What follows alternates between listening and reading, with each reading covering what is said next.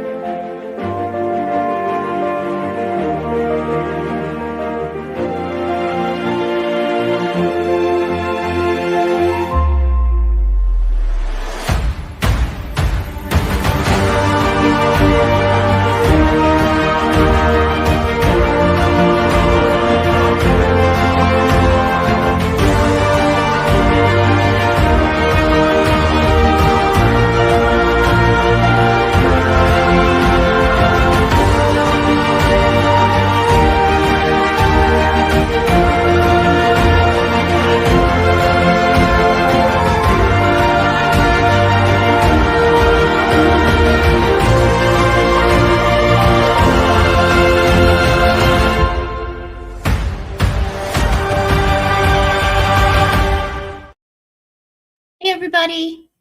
Okay, good. I'm not on mute. I started on time. I just didn't hit go live. So whatever, I was a minute late, 2 minutes late maybe. Glad everybody's here. Thank you for coming back. I'm excited to start a new book. Yeah. How's everybody doing?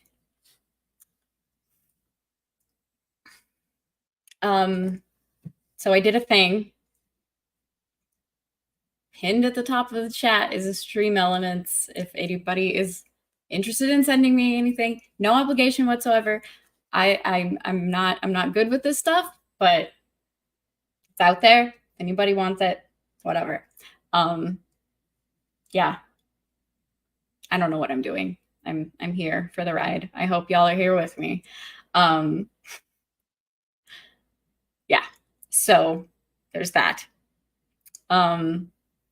Anyway, I'm going to move on now and say hello to all y'all because you're awesome and you're here and you're back and I love you.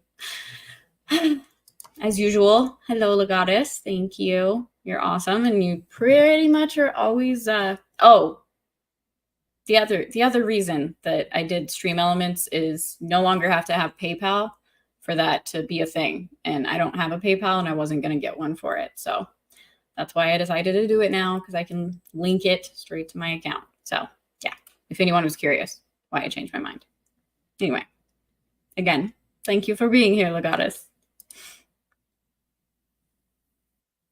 I don't know if that question's to me. My hair's not quite her color. Hey, Faye, thanks for coming by if you're still here. You're awesome.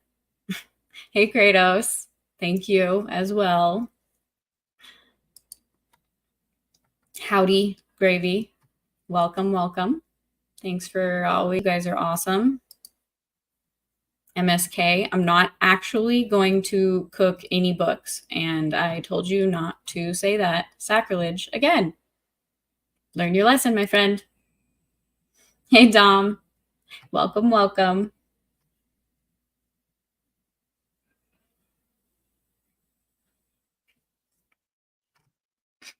I'm going to continue with chat for a moment. Hi, Diesel. What's up? Hello, hello. Thank you for stopping by. Even if it was just to say hi, I appreciate you. I even appreciate this Gronk. Yeah, I am a nerd. So are you, in your own stupid way. But thanks for being here, Mazza. I appreciate it. Devil! Did I skip you earlier? I knew you were up here somewhere. Huh. Well, hi. Hey, Sam. You and your big words, bibliophiles. You're going to confuse Mazza. Don't try to read that, Mazza. Creepy. Hey, your average patriot nerd. Where are you at? Have you stopped for the night or are you still driving? Be safe, man. Kel, hello. Yeah, I wasn't just in time, but thank you for being just in time.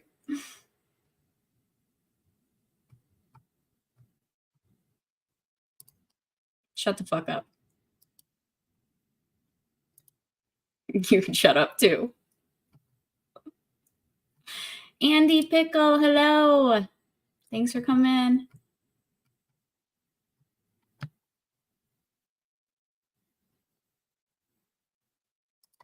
Thanks for stopping in, Diesel. I appreciate it.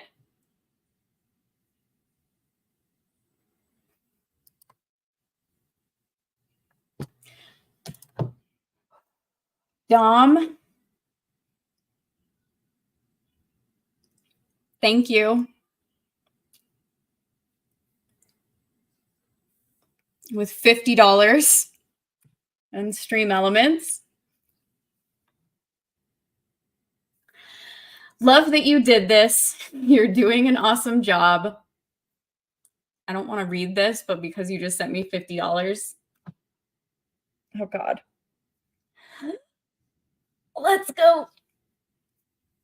I can't say it. I can't say it, Dom. I can't say it. Don't make me say this. This hurts my soul.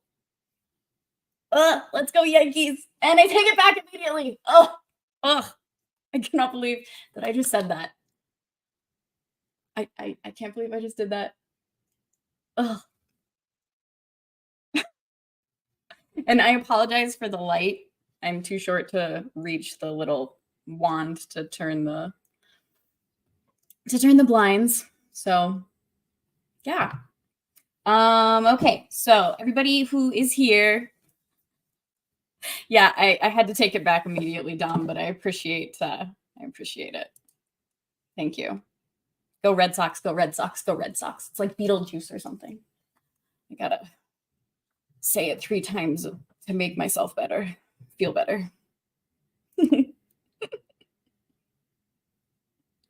I really need to, Kel. All right, so let's chit chat for a second. Everybody decide, not everybody. So in the first poll that I did for the next genre, it was science fiction, horror, or I think dystopian again. And science fiction won out both on YouTube and Twitter. So I then had to find some books that were public domain for sci-fi. And y'all decided that you wanted A Princess of Mars. And this is the book. Hopefully you can see it. Yeah, it's books 1 through 7. Yeah. I didn't realize it was going to be all one book. I thought it was going to be like a set because I didn't pay attention. I'm blonde and it's showing, right? So I'm kind of going to do what I did with 1984, where I'm just reading the portion or not 1984. It was a combo of Animal Farm and 1984. So I'll just be starting with book 1 and then we can go from there once I'm done with it. It's kind of a short book, it seems. So we'll see how this goes. And yes, Sam, I know you wanted Frankenstein. We will get there. I promise. I will read Frankenstein eventually.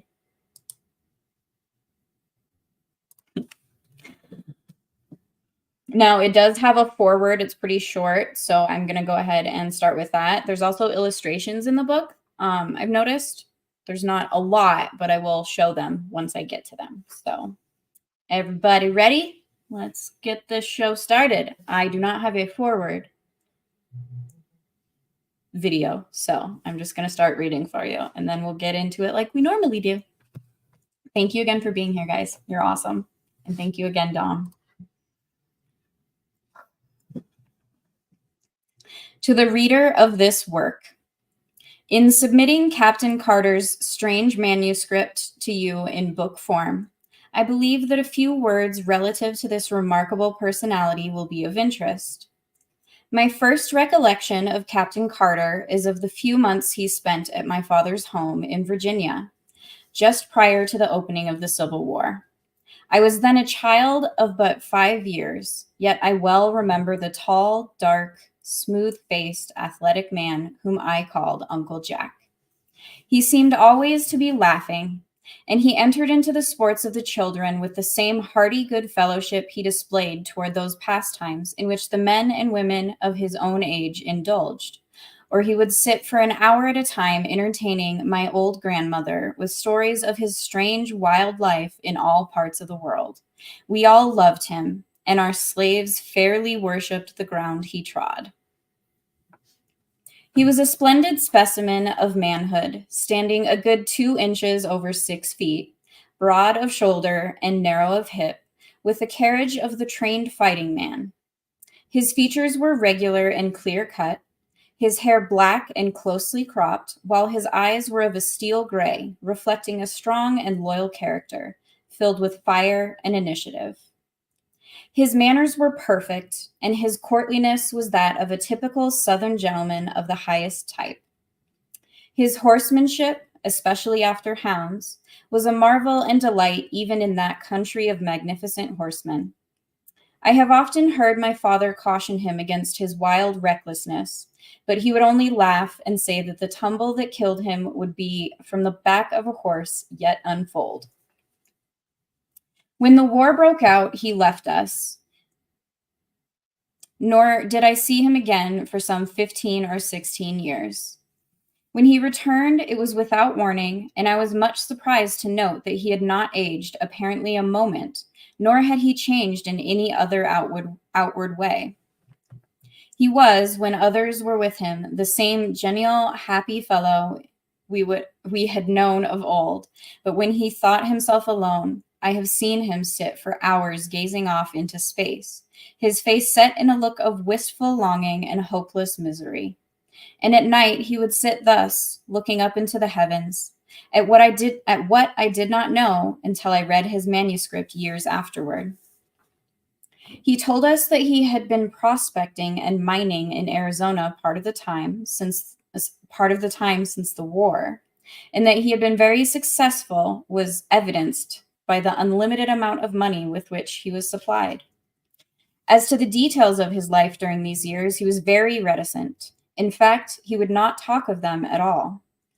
He remained with us for about a year and then went to New York, where he purchased a little place on the Hudson, where I visited him once a year on the occasions of my trips to the New York market, my father and I owning and operating a string of general stores throughout Virginia at that time. Captain Carter had a small but beautiful cottage situated on a bluff overlooking the river, and during one of my last visits, in the winter of 1885, I observed he was much occupied in writing, I presume now, upon this manuscript.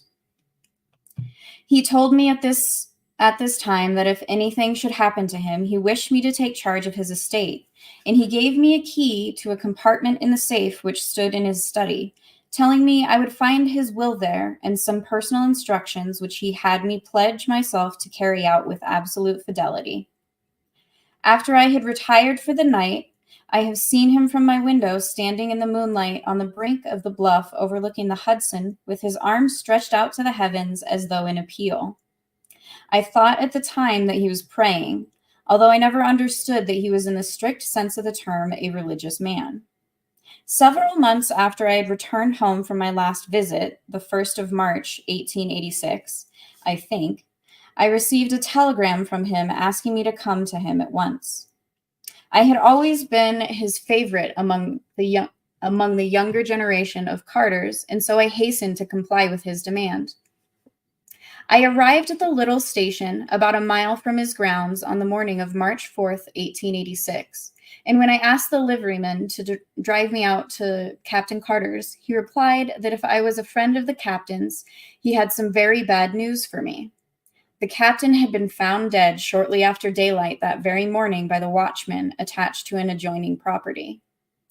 For some reason, this news did not surprise me, but I hurried out to his place as quickly as possible so that I could take charge of the body and of his affairs. I found the watchman who had discovered him, together with a local police chief and several townspeople, assembled in his little study. The watchman related the few details connected with the finding of the body, which he said had been still warm when he came upon it. It lay, he said, stretched full length in the snow with the arms outstretched above the head toward the edge of the bluff, and when he showed me the spot, it flashed upon me that it was the identical one where I had seen him on those other nights, with his arms raised in supplication to the skies. There were no marks of violence on the body, and with the aid of a local physician, the coroner's jury quickly reached a decision of death from heart failure. Left alone in the study, I opened the safe and withdrew the contents of the drawer in which he had told me I would find my instructions. They were in part peculiar indeed, but I have followed them to each last detail as faithfully as I was able. He directed that I remove his body to Virginia without embalming, and that he be laid in an open coffin within a tomb which he previously had constructed and which, as I later learned, was well ventilated. The instructions impressed upon me that I must personally see that this was carried out just as he directed, even in secrecy if necessary. His property was left in such a way that I was to receive the entire income for 25 years, when the principal was to become mine. His further instructions related to this manuscript, which I was to retain sealed and unread, just as I found it, for 11 years, nor was I to divulge its contents until 21 years after his death. A strange feature about the tomb, where his body still lies, is that the massive door is equipped with a single huge gold-plated spring lock which can be opened only from the inside. Yours very sincerely, Edgar Rice Burroughs. And that is a foreword. I don't know if any one of you have seen John Carter, the Disney movie. Possibly came out in 2011. I could be totally making that out of full cloth also. But I really thoroughly enjoyed that movie. And I don't think was marketed very well. Don't quote me on that, but it wasn't very popular. So, as you saw earlier, there's 7 books. There potentially could have been a series there. I don't want one now because it's Disney. But I really enjoyed it. So when I couldn't think of a third book, or when I couldn't find the third book that I was wanting within public domain, I had a thought that maybe the John Carter series was public domain, and it was. So I was really happy because I've read the first book, A Princess of Mars, and I don't believe I continued with them, not for any real reason, because I really enjoyed the book as well. So I figured it might not have still been on my list, but it was clearly on y'all's, or you wanted me to read it to you. So I'm happy to do so. And I can't wait to start it with chapter 1. But I do want to go back and check out if anybody else has come in chat or what y'all are saying. So, yeah. Find my spot again. Thank you, your average Patriot nerd. Are you a Sox fan? I'm a Sox fan, and that hurt my soul, as you saw. I'm pretty sure you watched it leave my body. Aw. So what's your team?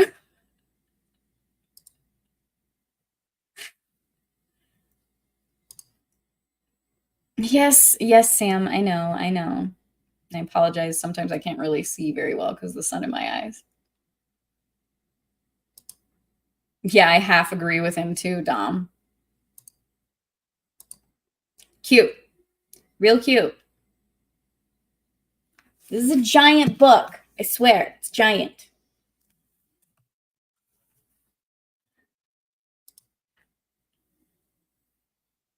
Hey, he's been here before. He knew what it was. That's because it is big, I swear. Thanks for sticking around, Maza. No, it's not a romance novel. There's romance in it, but it's very light. Well, thanks for lurking. Hey, Prof. Thanks for coming in.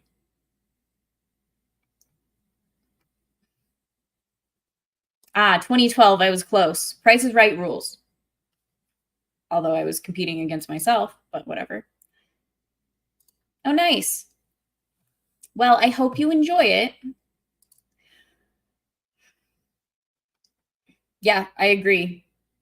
Taylor Kitsch, I think is how that's pronounced. I kind of want to say quiche because it's funny, but he was great as John Carter. The movie took elements from several books to make the one movie. If I recall correctly, I had to look that up a few days ago, by the way. I hate internet jargon. A Twins fan. Well, thanks for Poppy.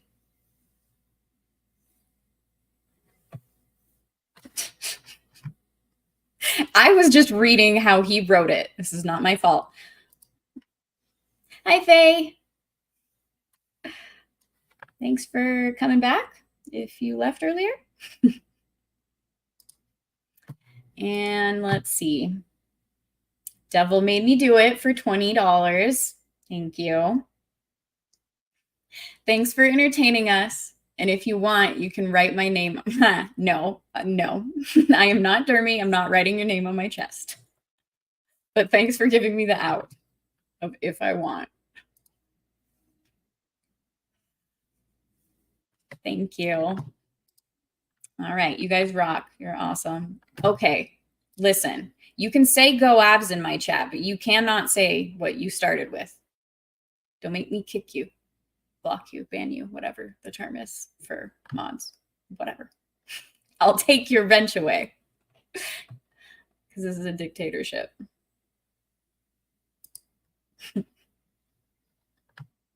It's okay, Dom. You can love hockey as well, but go Bruins and Avs.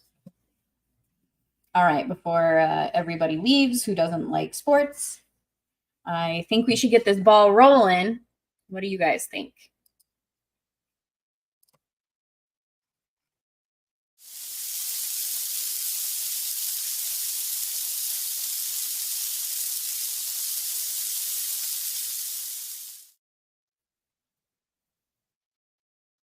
I am a very old man. How old, I do not know. Possibly I am 100, possibly more. But I cannot tell because I have never aged as other men, nor do I remember any childhood. So far as I can recollect, I have always been a man of about 30. I appear today as I did 40 years and more ago, and yet I feel that I cannot go on living forever, that someday I shall die the real death from which there is no resurrection. I do not know why I should fear death, I who have died twice and am still alive. But yet I have the same horror of it as you who have never died.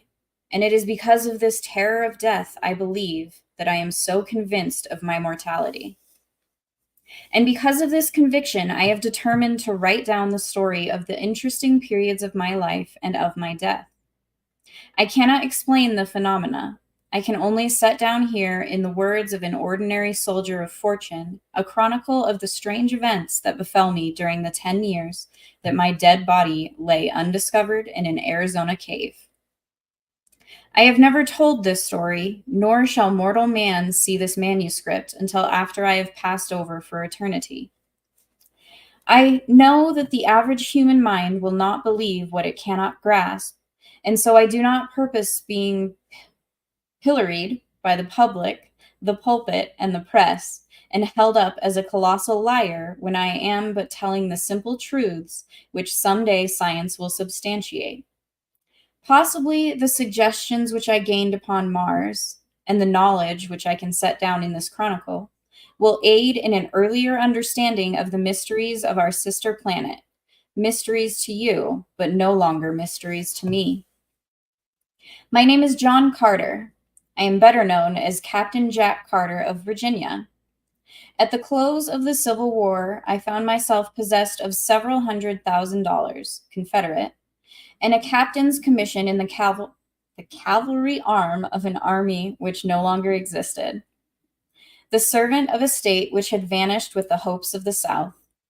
Masterless, penniless, and with my only means of livelihood fighting gone, I determined to work my way to the Southwest and attempt to retrieve my fallen fortunes in a search for gold.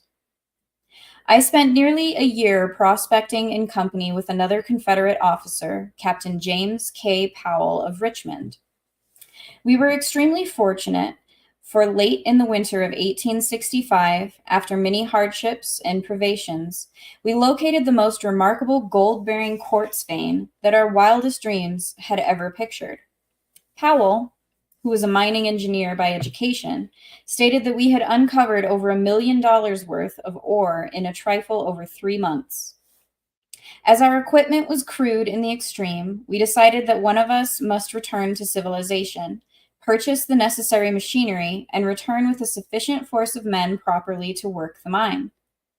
As Powell was familiar with the country, as well as with the mechanical requirements of mining, we determined that it would be best for him to make the trip. It was agreed that I was to hold down our claim against the remote possibility of its being jumped by some wandering prospector.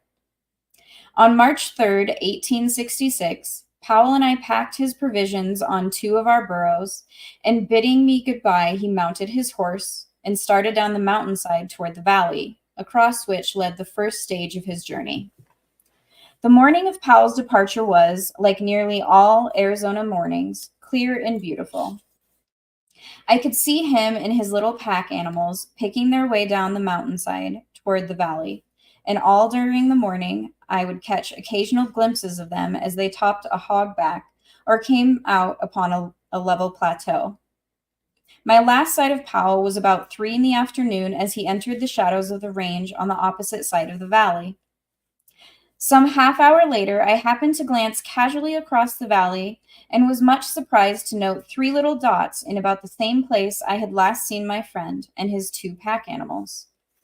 I am not given to needless worrying, but the more I tried to convince myself that all was well with Powell and that the dots I had seen on the trail were antelope or wild horses, the less I was able to assure myself.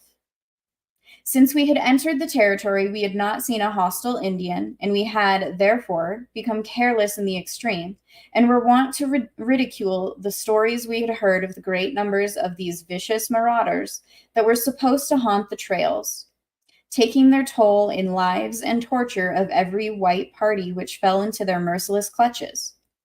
Powell, I knew, was well armed and, further, an experienced Indian fighter. But I, too, had lived and fought for years among the Sioux in the north, and I knew that his chances were small against a party of cunning, trailing Apaches. Finally, I could endure the suspense no longer, and, arming myself with 2 Colt revolvers and a carbine, I strapped 2 belts of cartridges about me and, catching my saddle horse, started down the trail taken by Powell in the morning. As soon as I reached comparatively level ground, I urged my mount into a canter and continued this, where the going permitted, until, close upon dusk, I discovered the point where other tracks joined those of Powell. They were the tracks of unshod ponies, 3 of them, and the ponies had been galloping. I followed rapidly until, darkness shutting down, I was forced to await the rising of the moon and given an opportunity to speculate on the question of the wisdom of my chase. Possibly I had conjured up impossible dangers, like some nervous old housewife, and when I should catch up with Powell, would get a good laugh for my pains. However, I am not prone to sensitiveness, and the following of a sense of duty, wherever it may lead, has always been a kind of fetish with me throughout my life, which may account for the honors bestowed upon me by 3 republics and the decorations and friendships of an old and powerful emperor and several lesser kings, in whose service my sword has been read many a time. About 9 o'clock, the moon was sufficiently bright for me to proceed on my way, and I had no difficulty in following the trail at a fast walk, and in some places at a brisk trot until, about midnight, I reached the waterhole where Powell had expected to camp. I came upon the spot unexpectedly, finding it entirely deserted, with no signs of having been recently occupied as a camp. I was interested to note that the tracks of the pursuing horsemen, for which I was now convinced they must be, continued after Powell with only a brief stop at the hole for water, and always at the same rate of speed as his. I was positive now that the trailers were Apaches and that they wished to capture Powell alive for the fiendish pleasure of the torture, so I urged my horse onward at a most dangerous pace, hoping against hope that I would catch with the red rascals before they attacked him. Further speculation was suddenly cut short by the faint report of 2 shots far ahead of me. I knew that Powell would need me now, if ever, and I instantly urged my horse to his topmost speed up the narrow and difficult mountain trail. I had forged ahead for perhaps a mile or more without hearing further sounds, when the trail suddenly debauched onto a small open plateau near the summit of the pass. I had passed through a narrow, overhanging gorge just before entering suddenly upon this tableland, and the sight which met my eyes filled me with consternation and dismay. The little stretch of level land was white with Indian teepees, and there were probably 1,000 red warriors clustered around some object near the center of the camp. Their attention was so wholly riveted to this point of interest that they did not notice me, and I easily could have turned back into the dark recesses of the gorge and made my escape with perfect safety. The fact, however, that this thought did not occur to me until the following day removes any possible right to a claim to heroism to which the narration of this episode might possibly otherwise entitle me. I do not believe that I am made of the stuff which constitutes heroes, because, in all of the 100 of instances that my voluntary acts have placed me face to face with death, I cannot recall a single one where any alternative step to that I took occurred to me until many hours later. My mind is evidently so constituted that I am subconsciously forced into the path of duty without recourse to tiresome mental processes. However that may be, I have never regretted that cowardice is not optional with me. In this instance, I was, of course, positive that Powell was the center of attraction, but whether I thought or acted first, I do not know. But within an instant from the moment the scene broke upon my view, I had whipped out my revolvers and was charging down upon the entire army of warriors, shooting rapidly and whooping at the top of my lungs. Single-handed, I could not have pursued better tactics, for the red men, convinced by sudden surprise that not less than a regiment of regulars was upon them, turned and fled in every direction for their bows, arrows, and rifles. The view which their hurried routing disclosed filled me with apprehension and with rage. Under the clear rays of the Arizona moon lay Powell, his body fairly bristling with the hostile arrows of the braves. That he was already dead I could not but be convinced, and yet I would have saved his body from mutilation at the hands of the Apaches as quickly as I would have saved the man himself from death. Riding close to him, I reached down from the saddle and, grasping his cartridge belt, drew him up across the withers of my mount. A backward glance convinced me that to return by the way I had come would be more hazardous than to continue across the plateau. So, putting spurs to my poor beast, I made a dash for the opening to the pass, which I could distinguish on the far side of the tableland. The Indians had by this time discovered that I was alone, and I was pursued with imprecations, arrows, and rifle balls. The fact that it is difficult to aim anything but imprecations accurately by moonlight, that they were upset by the sudden and unexpected manner of my advent, and that I was a rather rapidly moving target saved me from the various deadly projectiles of the enemy, and permitted me to reach the shadows of the surrounding peaks before an orderly pursuit could be organized. My horse was traveling practically unguided, as I knew that I had probably less knowledge of the exact location of the trail to the pass than he, and thus it happened that he entered a defile which led to the summit of the range and not to the pass, which I had hoped would carry me to the valley and to safety. It is probable, however, that to this fact I owe my life and the remarkable experiences and adventures which befell me during the following 10 years. My first knowledge that I was on the wrong trail came when I heard the yells of the pursuing savages suddenly grow fainter and fainter far off to my left. I knew then that they had passed to the left of the jagged rock formation at the edge of the plateau, to the right of which my horse had borne me and the body of Powell. I drew rein on a little level promontory overlooking the trail below and to my left, and saw the party of pursuing savages disappearing around the point of a neighboring peak.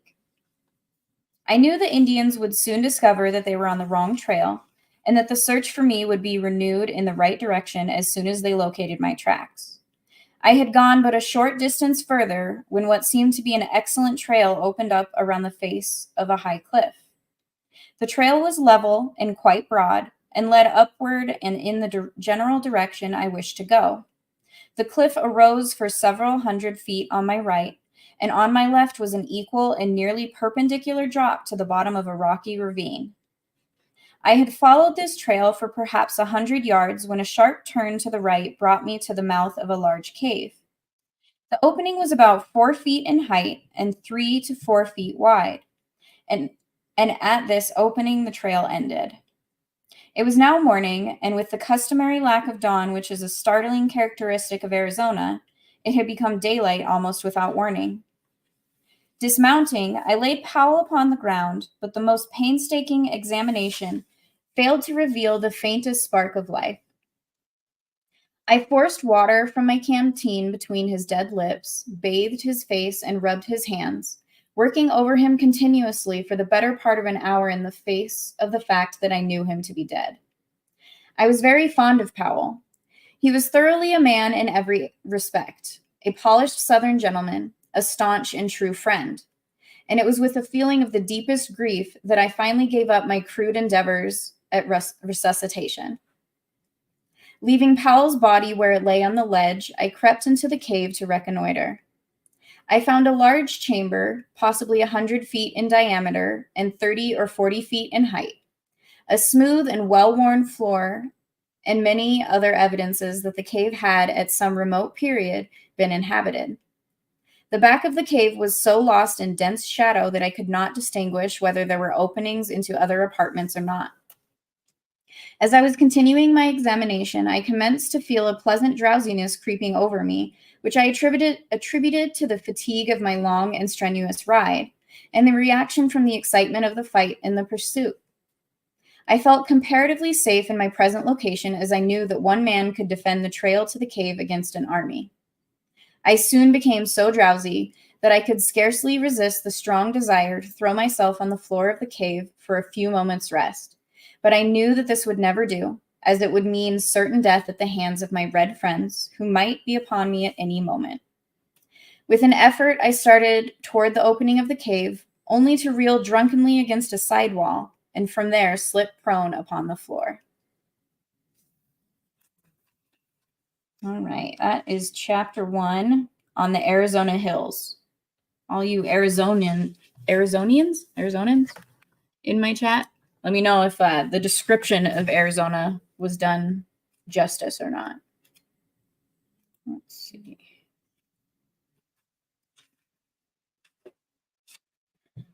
All right.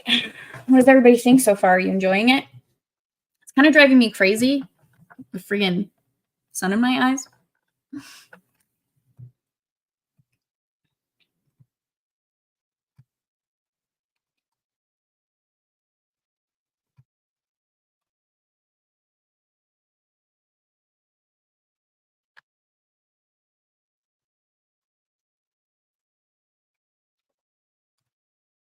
Oh, definitely not go Bolts. You know, we were pretty close, your average Patriot nerd. Friggin' lightning. Hey, Selena. Hope work's going well and you're being safe. Thanks for listening, hon. Blue Cord Devil, hi. How's the puppy? It's a she, right?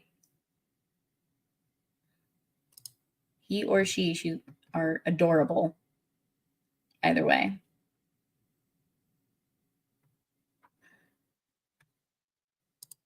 Okay, Sam, if you've already left on the replay, hi and bye. Hope everything's okay.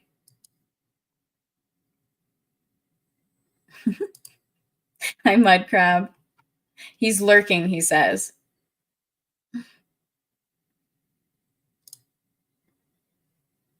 Yeah, well, you know, Epic Mike came in and just destroyed all my hopes.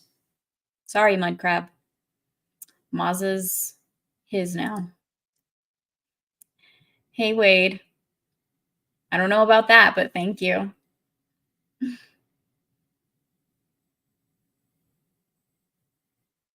I hope the same, Legatus.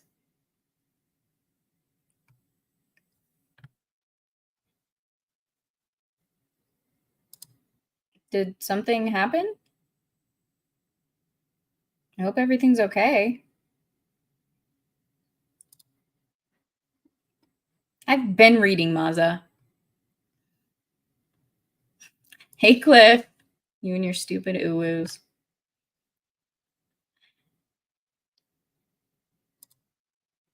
Duly noted. Thank you, Legatus. Imprecations? I presume I'm pronouncing that right. Correct me if I'm wrong, since Sam left. I'll leave it up to you, Legatus. The act of calling down a curse.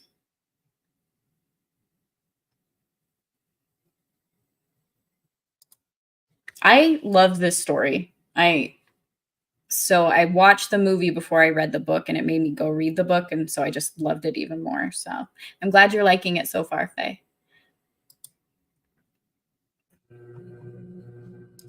It's rude, Maza. Be nice. Thank you, Gravy.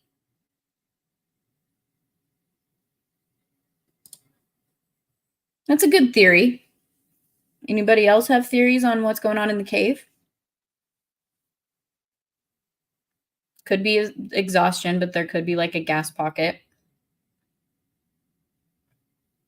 Yes, Maza, I've been reading. It's okay. I'm just glad you're here, whether you're late or otherwise. How's it going, Beard of Liberty? Yeah, I like the way he writes the story like this.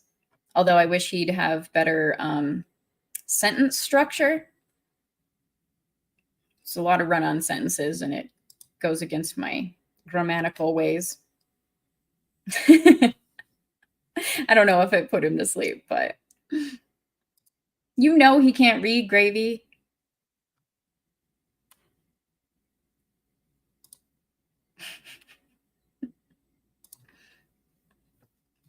Well, I hope everybody's enjoying so far. Thanks for sticking with. I'm going to take a drink of water. And let's move on to chapter 2, shall we?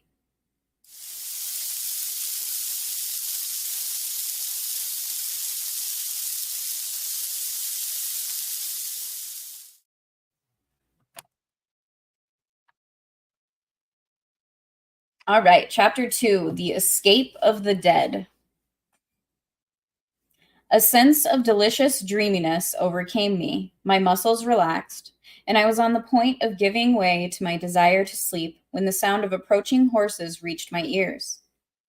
I attempted to spring to my feet, but was horrified to discover that my muscles refused to respond to my will. I was now thoroughly awake, but as unable to move a muscle as though turned to stone. It was then, for the first time, that I noticed a slight vapor filling the cave. It was extremely tenuous and only noticeable against the opening which led to daylight. There also came to my nostrils a faintly pungent odor, and I could only assume that I had been overcome by some poisonous gas, but why I should retain my mental faculties and yet be unable to move, I could not fathom. I lay facing the opening of the cave, and where I could see the short stretch of trail which lay between the cave and the turn of the cliff around which the trail led. The noise of the approaching horses had ceased, and I judged the Indians were creeping stealthily upon me along the little ledge which led to my living tomb. I remember that I hoped they would make short work of me, as I did not particularly relish the thought of the innumerable things they might do to me if the spirit prompted them.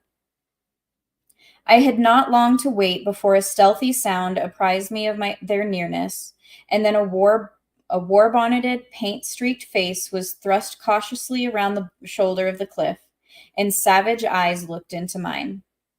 That he could see me in the dim light of the cave, I was sure, for the early morning sun was falling full upon me through the opening.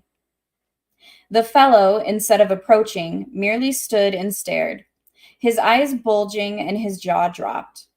And then another savage face appeared, and a third and fourth and fifth, craning their necks over the shoulders of their fellows, whom they could not pass upon the narrow ledge. Each face was the picture of awe and fear, but for what reason I did not know, nor did I learn until 10 years later. That there were still other braves behind those who regarded me was apparent from the fact that the leaders passed back whispered words to those behind them. Suddenly, a low but distinct moaning sound issued from the recesses of the cave behind me, and, as it reached the ears of the Indians, they turned and fled in terror, panic-stricken. So frantic were their efforts to escape from the unseen thing behind me that one of the braves was hurled headlong from the cliff to the rocks below. Their wild cries echoed in the canyon for a short time, and then all was still once more. The sound which had frightened them was not repeated, but it had been sufficient as it was to start me speculating on the possible horror which lurked in the shadows at my back. Fear is a relative term, and so I can only measure my feelings at that time by what I had experienced in previous positions of danger, and by those that I have passed through since.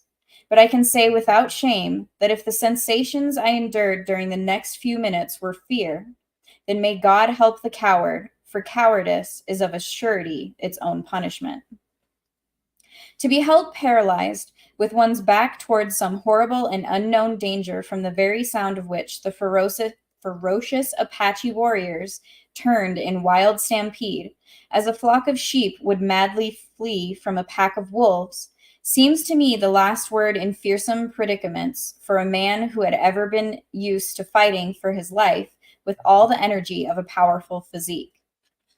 Several times I thought I heard faint sounds behind me as of somebody moving cautiously, but eventually even these ceased, and I was left to the contemplation of my position without interruption. I could but vaguely conjecture the cause of my paralysis, and my only hope lay in that I might pass off as suddenly as it had fallen upon me. Late in the afternoon, my horse, which had been standing with dragging rein before the cave, started slowly down the trail, evidently in search of food and water, and I was left alone with my mysterious unknown companion and the dead body of my friend, which lay just within my range of vision upon the ledge where I had placed it in the early morning. From then until possibly midnight, all was silence, the silence of the dead. Then, suddenly, the awful moan of the morning broke upon my startled ears, and there came again from the black shadows the sound of a moving thing, and a faint rustling as of dead leaves. The shock to my already overstrained nervous system was terrible in the extreme, and with a superhuman effort I strove to break my awful bonds. It was an effort of the mind, of the will, of the nerves. Not muscular, for I could not move even so much as my little finger, but none the less mighty for all that. And then something gave. There was a momentary feeling of nausea, a sharp click as of the snapping of a steel wire, and I stood with my back against the wall of the cave facing my unknown foe. And then the moonlight flooded the cave, and there before me lay my own body as it had been lying all those hours, with the eyes staring toward the open ledge and the hands resting limply upon the ground. I looked first at my lifeless clay there upon the floor of the cave, and then down at myself in utter bewilderment. For there I lay clothed, and yet here I stood but naked, as at the minute of my birth. The transition had been so sudden and so unexpected that it left me for a moment of forgetful of aught else than my strange metamorphosis. My first thought was, is this then death? Have I indeed passed over forever into that other life? But I could not well believe this, as I could feel my heart pounding against my ribs from the exertion of my efforts to release myself from the anesthesis which had held me. My breath was coming in quick, short gasps. Cold sweat stood out from every pore of my body, and the ancient experiment of pinching revealed the fact that I was anything other than a wraith. Again was I suddenly recalled to my immediate surroundings by a repetition of the weird moan from the depths of the cave. Naked and unarmed as I was, I had no desire to face the unseen thing which menaced me. My revolvers were strapped to my lifeless body, which, for some unfathomable reason, I could not bring myself to touch. My carbine was in its boot, strapped to my saddle, and as my horse had wandered off, I was left without means of defense. My only alternative seemed to lie in flight, and my decision was crystallized by a recurrence of the rustling sound from the thing which now seemed, in the darkness of the cave and to my distorted imagination, to be creeping stealthily upon me. Unable longer to resist the temptation to escape this horrible place, I leapt quickly through the opening into the starlight of a clear Arizona night. The crisp, fresh mountain air outside the cave acted as an immediate tonic, and I felt new life and new courage coursing through me. Pausing upon the brink of the ledge, I upbraided myself for what now seemed to be me wholly unwarranted apprehension. I reasoned with myself that I had lain helpless for many hours within the cave, yet nothing had molested me, and my better judgment, when permitted the direction of clear and logical reasoning, convinced me that the noises I had heard must have resulted from purely natural and harmless causes. Probably the conformation of the cave was such that a slight breeze had caused the sounds I heard. I decided to investigate, but first I lifted my head to fill my lungs with the pure, invigorating night air of the mountains. As I did so, I saw stretching far below me the beautiful vista of rocky gorge and level cacti-studded flat, wrought by the moonlight into a miracle of soft splendor and wondrous enchantment. Few Western wonders are more inspiring than the beauties of an Arizona moonlit landscape. The silvered mountains in the distance, the strange lights and shadows upon Hogback and Arroyo, and the grotesque details of the stiff yet beautiful cacti form a picture at once enchanting and inspiring, as though one were catching for the first time a glimpse of some dead and forgotten world. So different is it from the aspect of any other spot upon our earth. As I stood thus meditating, I turned my gaze from the landscape to the heavens, where the myriad stars formed a gorgeous and fitting canopy for the wonders of the earthly scene. My attention was quickly riveted by a large red star close to the distant horizon. As I gazed upon it, I felt a spell of overpowering fascination. It was Mars, the god of war, and for me, the fighting man. It had always held the power of irresistible enchantment. As I gazed at it on the far-gone night, it seemed to call across the unthinkable void, to lure me to it, to draw me as the lodestone attracts a particle of iron. My longing was beyond the power of opposition. I closed my eyes, stretched out my arms toward the god of my vocation, and felt myself drawn with the suddenness of thought through the trackless immensity of space. There was an instant of extreme cold and utter darkness. End chapter 2.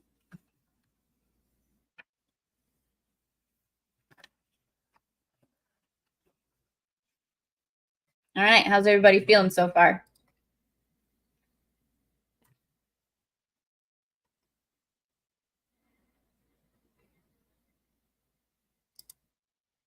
The movie disappointed for you, Mud Crab. Interesting. I was sort of hoping it would be bigger and we got a franchise out of it. Yeah. Since I hadn't read it, I really enjoyed it. Glad you like it so far.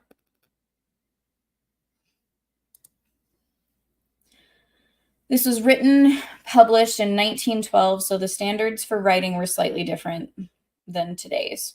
That's correct. Still bothersome. But I get past it. Good Lord, I already glow in the light and then the sun just makes it worse. Sorry, everybody. I've read one of the Barsoom books, just can't remember which one. Hey, Raj Golem? Golem? Thanks for being here.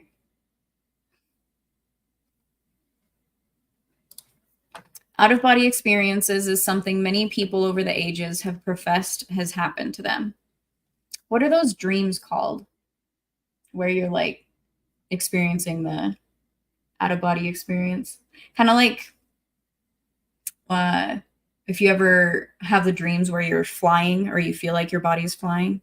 I can't remember what those are called. Oh no, nudity. We do have to cancel everything. I referred to Indians as like red men or something, and I said the word slaves. It's really bad. He did, okay? He ran out of the cave naked.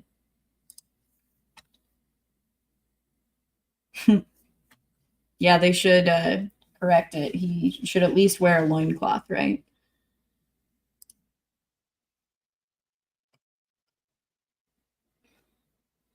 I did not know that Frank Frazetta was the cover artist, but thank you, Andy Pickle. That's pretty cool. Thanks, Blue Cord. I'll look at him afterwards. Astral projection. Yes. Waking dreams is a good term for it as well. Double. No, he has not gotten his body back. He's still naked.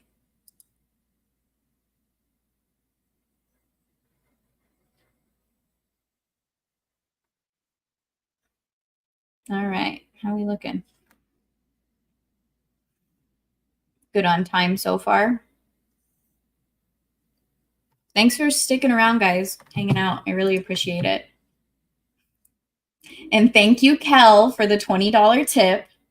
Go Cubs. I am perfectly fine saying go Cubs because you're welcome for your World Series. The Red Sox gave you Theo and the pitcher, John Lester, I think. Wasn't it Lester? You had a couple of people. After we got our curse broken, we wanted to help y'all out. Took you a while, though. But thank you again, Kel. I appreciate that.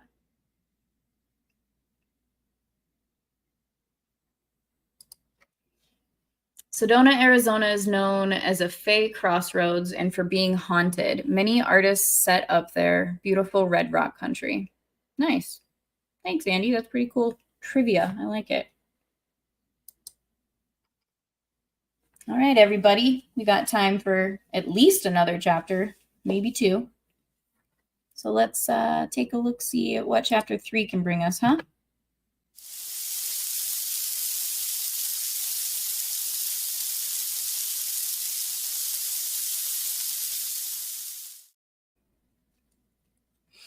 Chapter 3, My Advent on Mars. I opened my eyes upon a strange and weird landscape. I knew that I was on Mars. Not once did I question either my sanity or my wakefulness.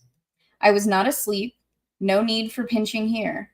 My inner consciousness told me as plainly that I was upon Mars as your conscious mind tells you that you are upon Earth. You do not question the fact. Neither did I. I found myself lying prone upon a bed of yellowish, moss-like vegetation, which stretched around me in all directions for interminable miles. Interminable miles. I seemed to be lying in a deep circular basin, along the outer verge of which I could distinguish the irregularities of low hills. It was midday, the sun was shining full upon me, and the heat of it was rather intense upon my naked body, yet no greater than would have been true under similar conditions on an Arizona desert. Here and there were slight outcroppings of quartz-bearing rock which glistened in the sunlight, and a little to my left, perhaps 100 yards, appeared a low, walled enclosure about 4 feet in height. No water and no other vegetation than the moss was in evidence, and as I was somewhat thirsty, I determined to do a little exploring. Springing to my feet, I received my first Martian surprise, for the effort, which on Earth would have brought me standing upright, carried me into the Martian air to the height of about 3 yards.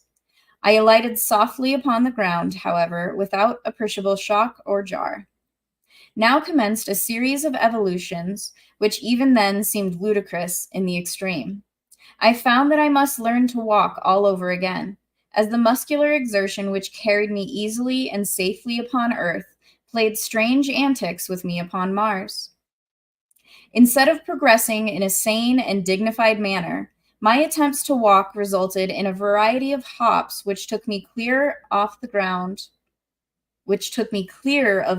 a couple of feet at each step and landed me sprawling upon my face or back at the end of each second or third hop. My muscles, perfectly attuned and accustomed to the force of gravity on Earth, played the mischief with me in attempting for the first time to cope with the lesser gravitation and lower air pressure on Mars. I was determined, however, to explore the low structure, which was the only evidence of habitation in sight. And so I hit upon the unique plan of reverting to first principles in locomotion, creeping. I did fairly well at this, and in a few moments had reached the low encircling wall of the enclosure. There appeared to be no doors or windows upon the side nearest me, but as the wall was but above 4 feet high, I cautiously gained my feet and peered over the top upon the strangest sight it had ever been given me to see. The roof of the enclosure was of solid glass about 4 or 5 inches in thickness, and beneath this were several hundred large eggs, perfectly round and snowy white.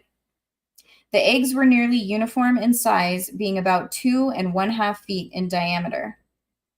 5 or 6 had already hatched, and the grotesque caricatures, which sat blinking in the sunlight, were enough to cause me to doubt my sanity. They seemed mostly head with little scrawny bodies, long necks, and 6 legs, or, as I afterward learned, 2 legs and 2 arms, with an intermediary pair of limbs which could be used at will either as arms or legs. Their eyes were set at the extreme sides of their heads, a trifle above the center, and protruded in such a manner that they could be directed either forward or back, and also independently of each other, thus permitting this queer animal to look in any direction, or in 2 directions at once, without the necessity of turning the head. The ears, which were slightly above the eyes and closer together, were small, cup-shaped antennae, protruding not more than an inch on these young specimens. Their noses were but longitudinal slits in the center of their faces, midway between their mouths and ears. There was no hair on their heads, which were of a very light yellowish-green color. In the adults, as I was to learn quite soon, this color deepens to an olive green and is darker in the male than in the female. Further, the heads of the adults are not so out of proportion to their bodies as in the case of the young. The iris of the eyes is blood red, as in albinos, while the pupil is dark. The eyeball itself is very white, as are the teeth. These latter add a most ferocious appearance to an otherwise fearsome and terrible countenance, as the lower tusks curve upward to sharp points which end about where the eyes of earthly human beings are located. The whiteness of the teeth is not that of ivory, but of the snowiest and most gleaming of china. Against the dark background of their olive skins, their tusks stand out in a most striking manner, making these weapons present a singularly formidable appearance. Most of these details I noted later, for I was given but little time to speculate on the wonders of my new discovery. I had seen that the eggs were in the process of hatching, and as I stood watching the hideous little monsters break from their shells, I failed to note the approach of a score of full-grown Martians from behind me. Coming, as they did, over the soft and soundless moss, which covers practically the entire surface of Mars with the exception of the frozen areas at the poles and the scattered cultivated districts, they might have captured me easily, but their intentions were far more sinister. It was the rattling of the accoutrement of the foremost warrior which warned me. On such a little thing my life hung that I often marveled that I escaped so easily. Had not the rifle of the leader of the party swung from its fastenings beside his saddle in such a way as to strike against the butt of his great metal-shod spear, I should have snuffed out without ever knowing that death was near me. But the little sound caused me to turn, and there upon me, not 10 feet from my breast, was the point of that huge spear, a spear 40 feet long, tipped with gleaming metal, and held low at the side of a mounted replica of the little devils I had been watching. But how puny and harmless they now looked beside this huge and terrific incarnation of hate, of vengeance, and of death. The man himself, for such I may call him, was fully 15 feet in height, and on earth would have weighed some 400 pounds. He sat his mount as we sit a horse, grasping the animal's barrel with his lower limbs, while the hands of his 2 right arms held his immense spear low at the side of his mount. His 2 left arms were outstretched laterally to help preserve his balance, the thing he rode having neither bridle nor reins of any description for guidance. And his mount! How can earthly words describe it?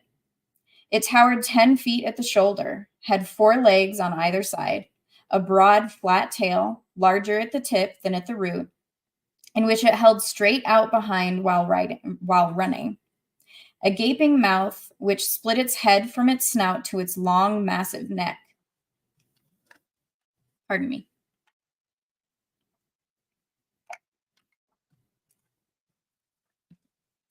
Like its master, it was entirely devoid of hair, but was of a dark slate color and exceeding smooth and glossy. Its belly was white, and its legs shaded from the slate of its shoulders and hips to a vivid yellow at the feet. The feet themselves were heavily padded and nailless, which fact had also contributed to the noiselessness of their approach, and in common with a multiplicity of legs, is a characteristic feature of the fauna of Mars. The highest type of man and one other animal, the only mammal existing on Mars, alone with well-formed nails, and there are absolutely no hoofed animals in existence there. Behind this first charging demon trailed 19 others, similar in all respects, but, as I learned later, bearing individual characteristics peculiar to themselves. Precisely as no 2 of us are identical, although we are all cast in a similar mold. This picture, or rather materialized nightmare, which I have described at length, made but one terrible and swift impression on me as I turned to meet it. Unarmed and naked as I was, the first law of nature manifested itself in the only possible solution of my immediate problem, and that was to get out of the vicinity of the point of the charging spear. Consequently, I gave a very earthly and at the same time superhuman leap to reach the top of the Martian incubator, for such I had determined it must be. My effort was crowned with a success which appalled me no less than it seemed to surprise the Martian warriors, for it carried me fully 30 feet into the air and landed me 100 feet from my pursuers and on the opposite side of the enclosure. I alighted upon the soft moss easily and without mishap, and turning saw my enemies lined up along the further wall. Some were surveying me with expressions which I afterward discovered marked extreme astonishment, and the others were evidently satisfying themselves that I had not molested their young. They were conversing together in low tones and gesticulating and pointing toward me. Their discovery that I had not harmed the little Martians and that I was unarmed must have caused them to look upon me with less ferocity. But as I was to learn later, the thing which weighed most in my favor was my exhibition of hurdling. While the Martians are immense, their bones are very large, and they are muscled only in proportion to the gravitation which they must overcome.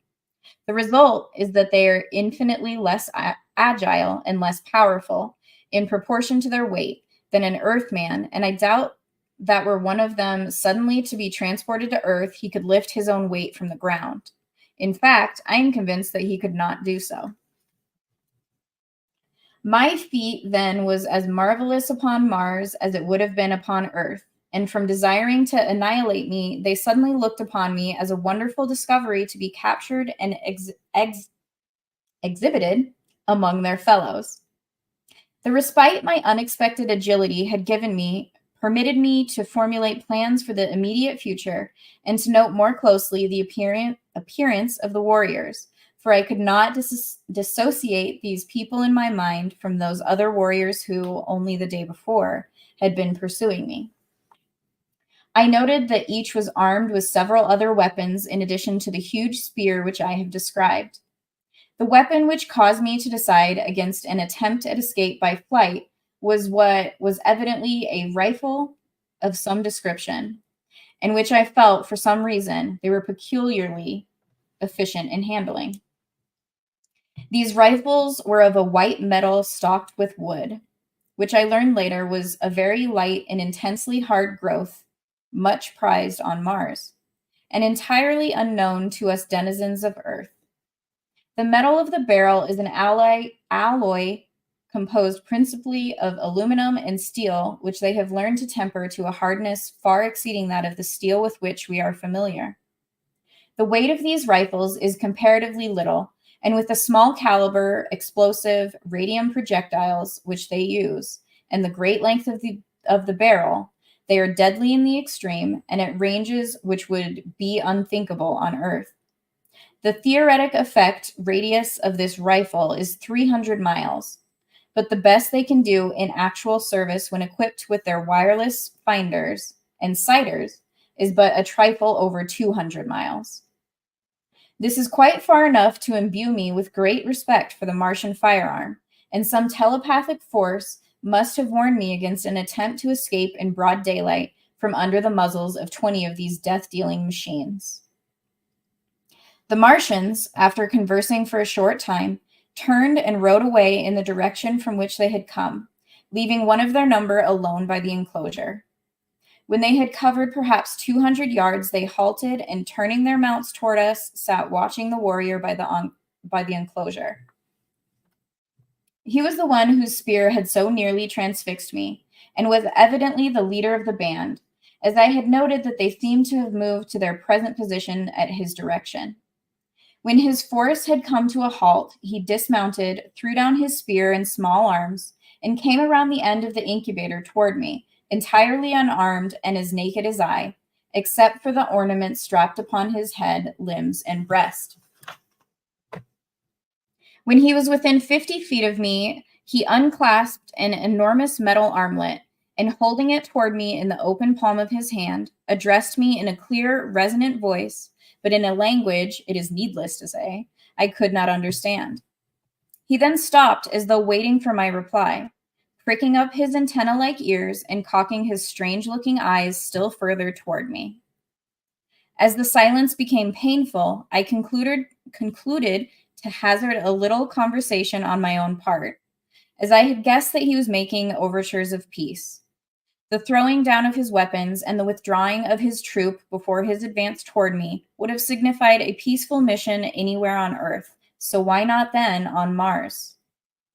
Placing my hand over my heart, I bowed low to the Martian and explained to him that while I did not understand his language, his actions spoke for the peace and friendship that at the present moment were most dear to my heart. Of course, I might have been a babbling brook for all the intelligence my speech carried to him, but he understood the action with which I immediately followed my words.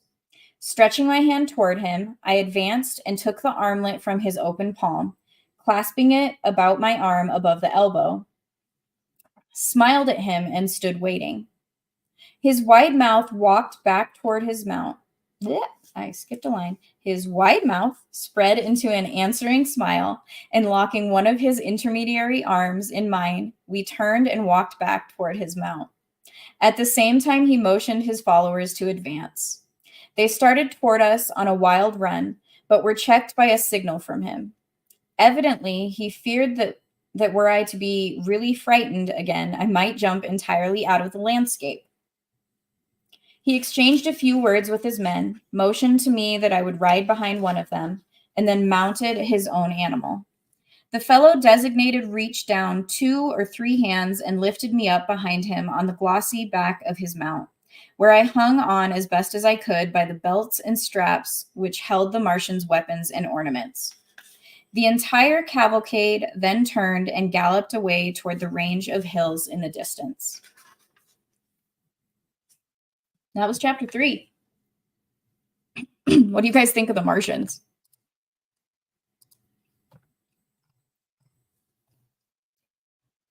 Creepy, scary, adorable, harmless.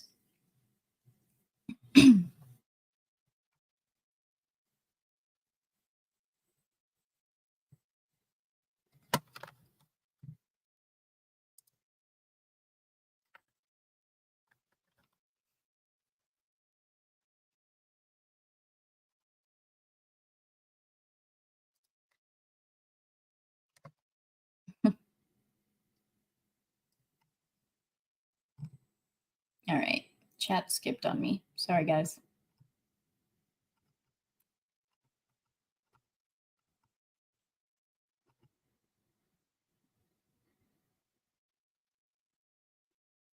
Let's see. These are reprints of the stores and not the original books, correct?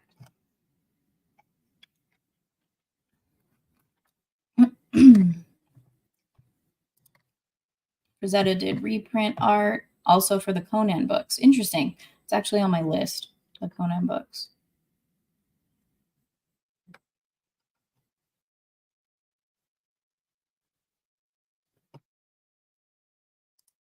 Am I? I'm just reading it like I do. Do I sound like I'm more into it than Animal Farm? Oh, my eyebrows lifting. I feel like that was probably because of the sun, Prof, like in my eyes.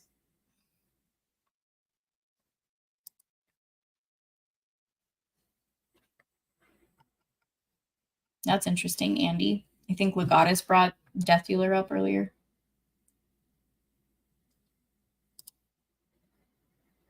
Are you an Autobot, your average Patriot nerd? That's all I thought of.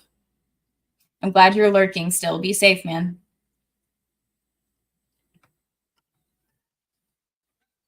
You guys have a nice, fun conversation in chat. Let's see. Always loved Frank's art best. His westerns remind me of Remington's. When I discovered Farmer's World of Tears, I liked Vallejo, but his other work was less impressionistic. Interesting. Pictures worth 1,000 words.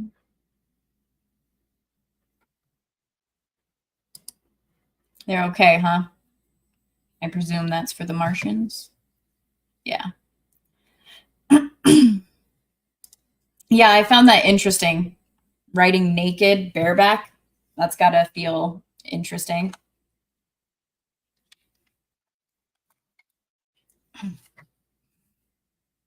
No way human farmers would react that way to aliens showing up.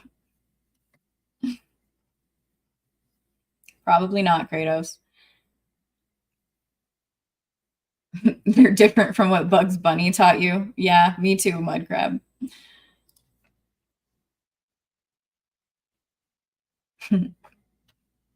Clinton, hello. Welcome, my friend. Sci-fi sounds more like your jam than others so far. Hey, Winky Wanky Woo. OnlyFans chat. Not at all. It is interesting to look at the style of writing. The readers were being shown new stuff, so they expected to have everything explained to them. These days, us readers can fill in blanks. That's true. You're doing a morning stream tomorrow? That is 10:30, no, 8:30 my time. I will be at work.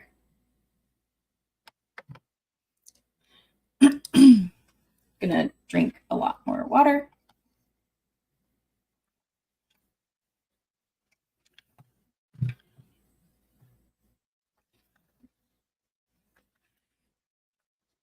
All right, I think I'm gonna do one more chapter, chapter 4, and call it a night after that. Everybody down for that, or do you want me to stop now?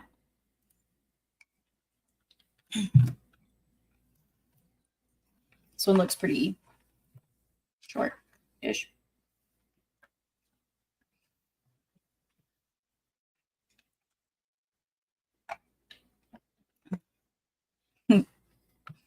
I knew what you'd say, Legatus.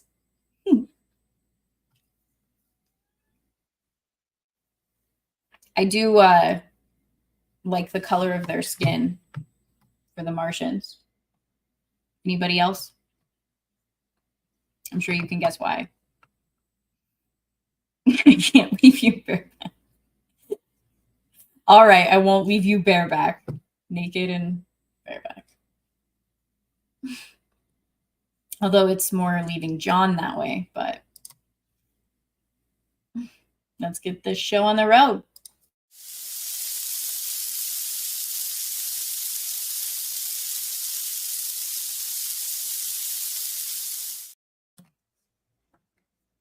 Chapter 4, A Prisoner. We had gone perhaps 10 miles when the ground began to rise very rapidly. We were, as I was later to learn, nearing the edge of one of Mars's long dead seas, in the bottom of which my encounter with the Martians had taken place.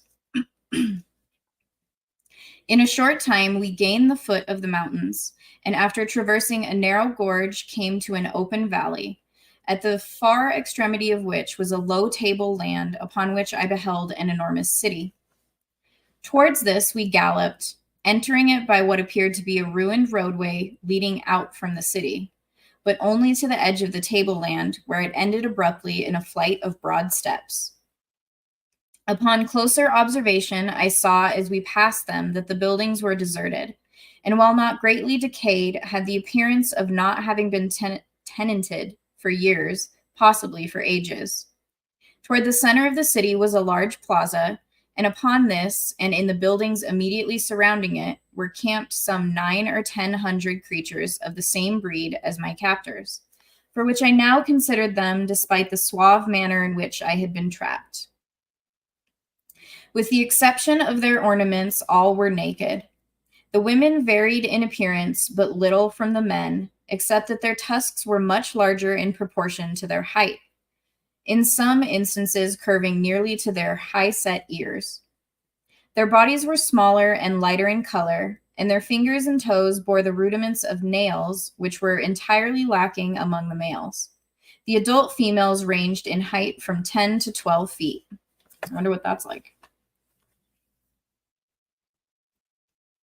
The children were light in color, even lighter than the women, and all looked precisely alike to me, except that some were taller than others, older, I presumed.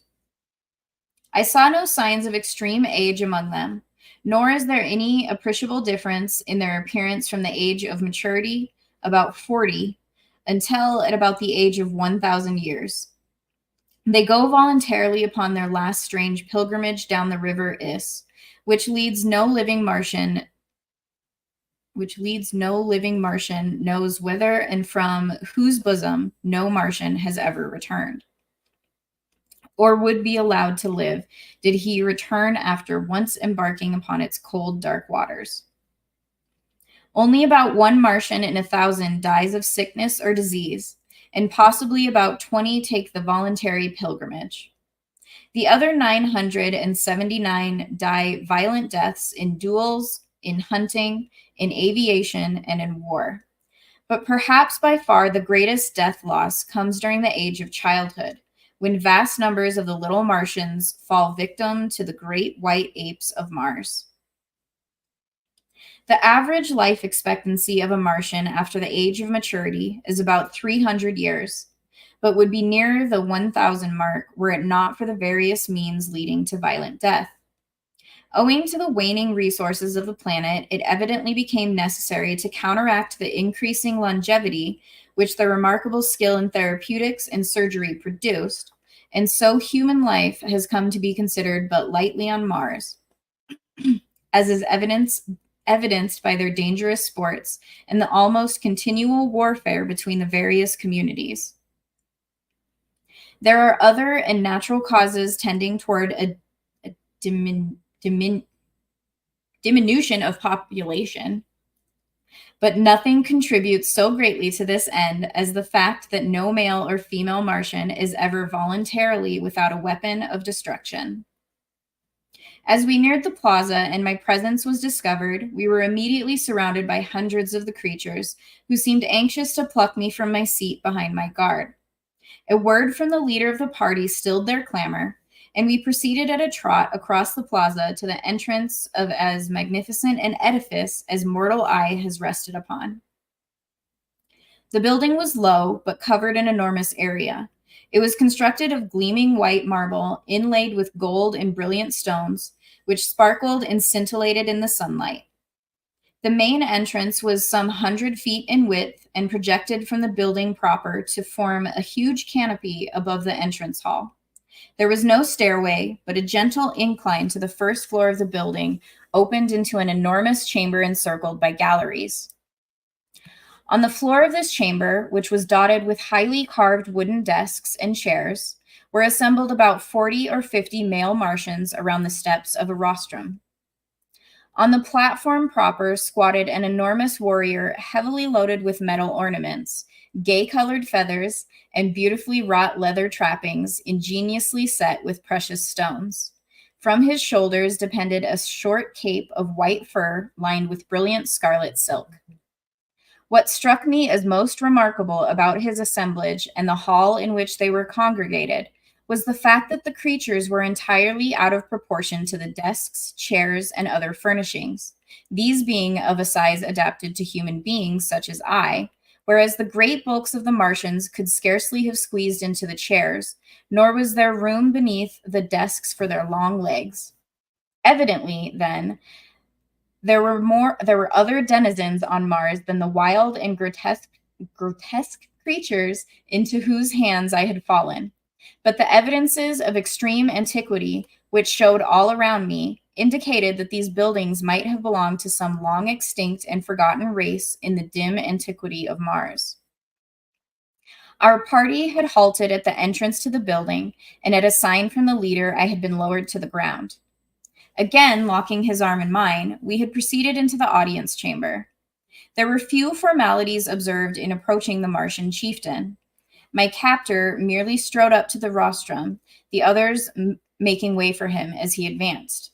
The chieftain rose to his feet and uttered the name of my escort, who, in turn, halted and repeated the name of the ruler, followed by his title.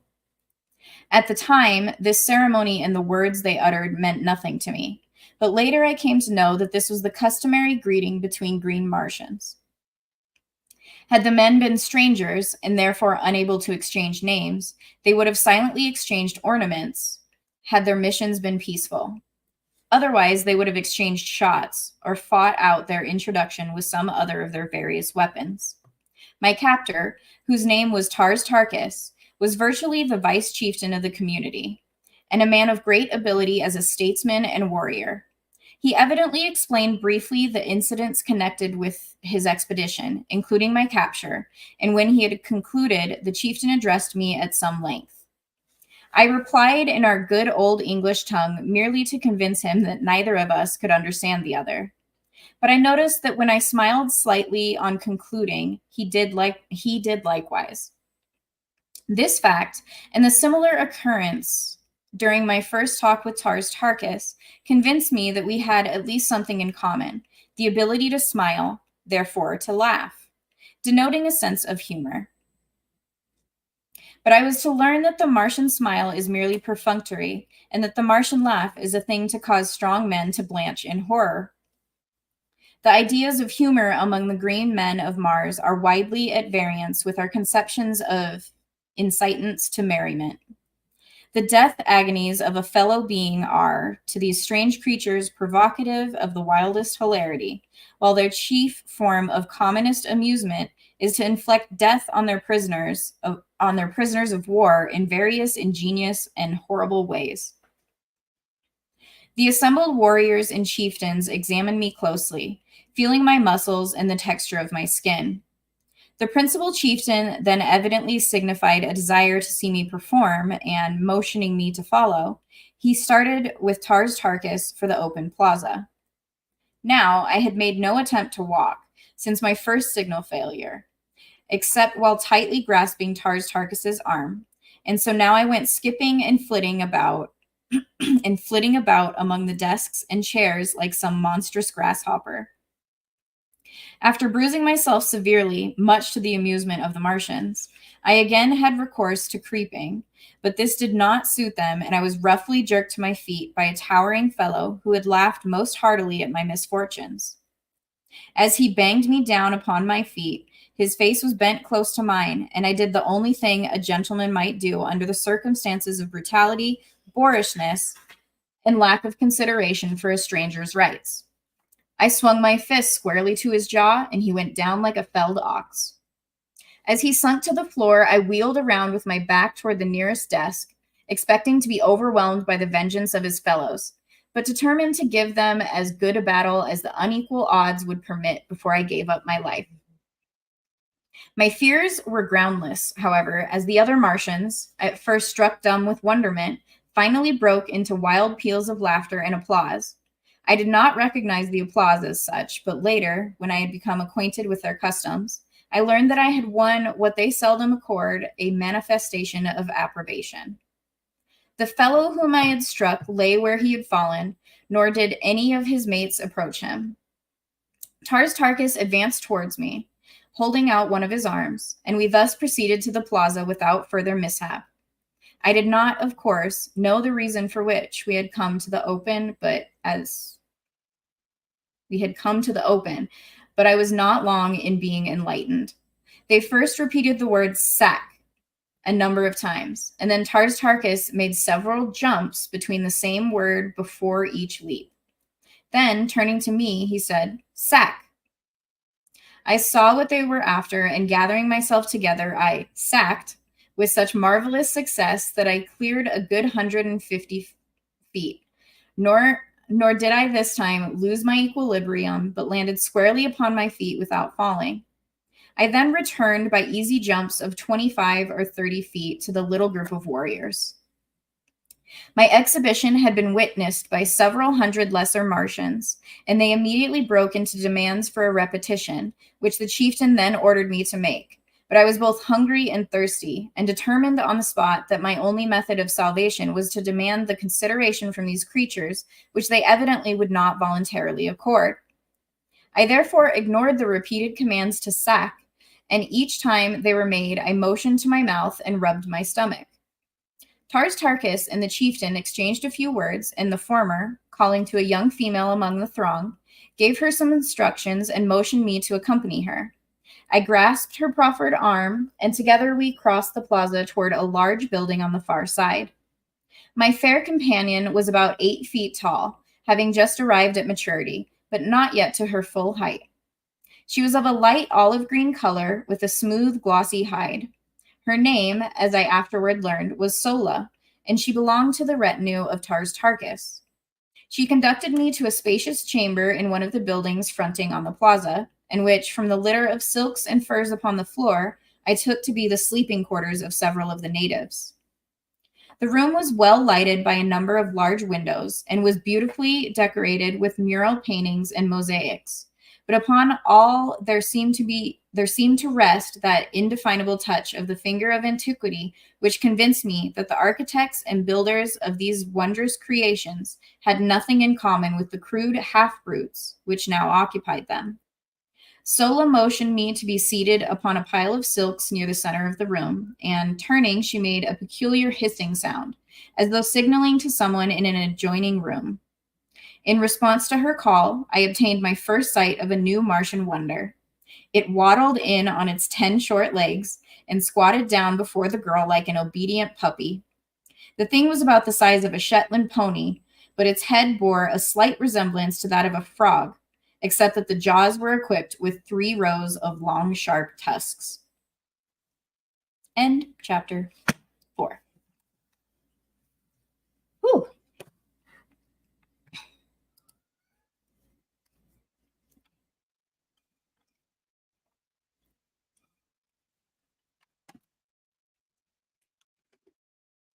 What do y'all think so far?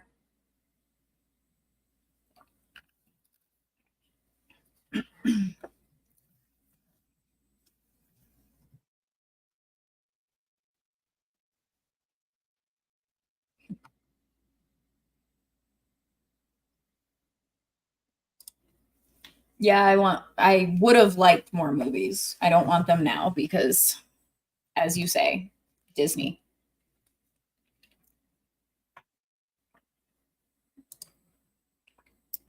I don't believe any of them are named Marvin, though, Legatus.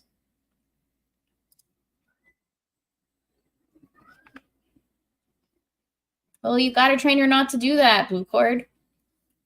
I hope you're okay.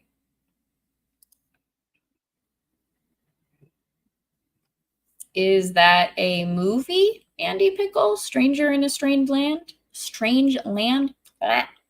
Reading so long makes me tongue twisted, apparently. Tongue-tied? Tongue-tied. You like martinis better, I'm sure. Mud Crab, Sam's not here to impress. You don't need to say things for him that you don't believe.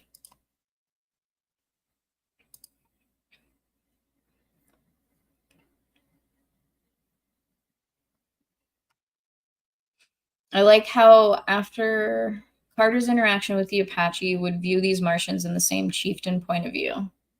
Well, it's what he knows, so it makes sense. Yeah, as I was reading some of this, it was very, very Brokeback. Interesting commentary of like how language changes over the years. Kratos. I bet you can.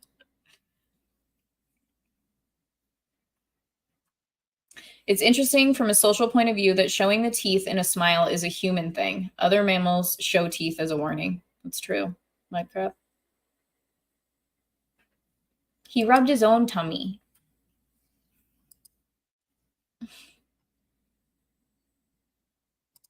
I guess you'll have to come back next week and see Legatus. I don't know if they're going to feed him or try to mate with him either. I'm glad you're enjoying it. Dom, I don't remember. Have you seen the movie? And glad you're enjoying as well, Gravy and Mud Crab. Are you sticking your tongue out at me, Cliff? It's rude. Okay, it's a book by Heinlein. What was it again? Stranger in a Strange Land. Bugs Bunny and Marvin the Martian and his Illudium Q-36 explosive space modulator. Where's the kaboom? There was supposed to be an earth-shattering kaboom.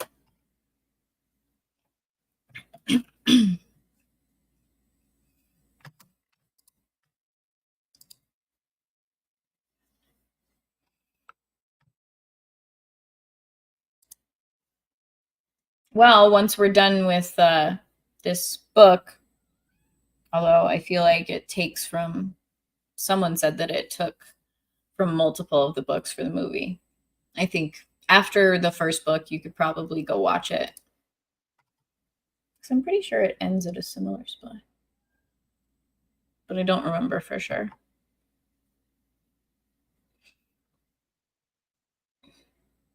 Yeah, I think the movie did really well, at least so far. It's been a minute since I've watched watched the movie, because it is one that I have and I rewatch sometimes. But it tracks pretty well.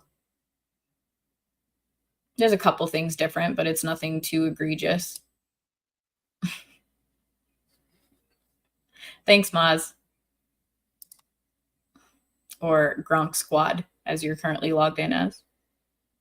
Me too. I'm actually really glad that y'all chose this book. I'm having a lot of fun with it. I hope you guys are too.